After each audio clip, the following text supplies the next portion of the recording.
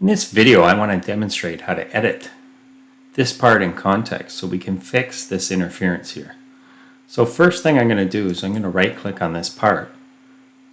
Then I'm going to move over and select Edit Part. Everything else in the assembly will go see-through. My part over here will turn blue, which lets me know I'm editing it. And the next thing I need to do is I'm going to double click on the part. So I want to see the dimensions. I need to figure out how to dimension this to fix it. Well, I've dimensioned the outside arc as a radius 0.4 and said this inside arc is offset 100 thou. So I need to keep that in mind as I fix this dimension. What I would like to do is redimension this so that if this part feature changes here, this OD, it has to go around, then this will update as well. To do that, I'm going to double click on the dimension. I'll wait for the dimension window to open, and then I'm going to type the equal sign, which is slightly different than just adding an equation without the equal sign. I can enter equations, as we've seen in previous videos, and not include the equal sign. It just solves the equation and the numbers here.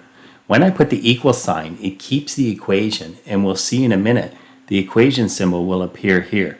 So now I want to say that this distance equals something relative to this part. And as long as the equal sign is red, it's telling me my equation is not valid. So next, I'm going to double click on this part, and that will bring up its dimensions, and I need to find the OD, which is right here, the 0.59, and I'm going to double click on that, and now the equation's gone blue. I'm just going to make this window a little bigger here. So what I've said so far is this radius equals this diameter. I can also see the equal sign's no longer red, and there's a green check mark here at the end of the equation. If I say OK, it will solve the equation, and then I get the equation symbol over here. If I say OK now, I'm just going to stop editing this part and rebuild it. We can see the effect that had. Now that's way too large, or that's way too big, so I want to go back and I want to edit that one more time. So again, how did I do that? I right click on the part and I say Edit Part. Everything else will go see-through. I'll double click on the part to bring up the dimensions. Then I'll double click here on the equation or the dimension, and I'm going to continue to edit this and get it the way I would like.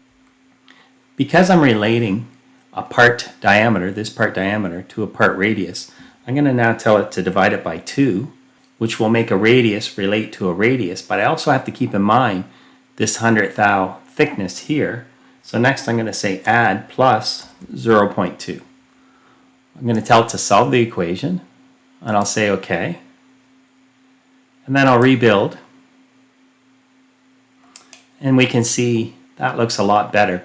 And I can keep playing with this equation until I'm happy with it. But for now, I'm going to stop editing the part. And I'll look at it this way. And I can rotate this back and forth. And visually, I can see it appears not to hit the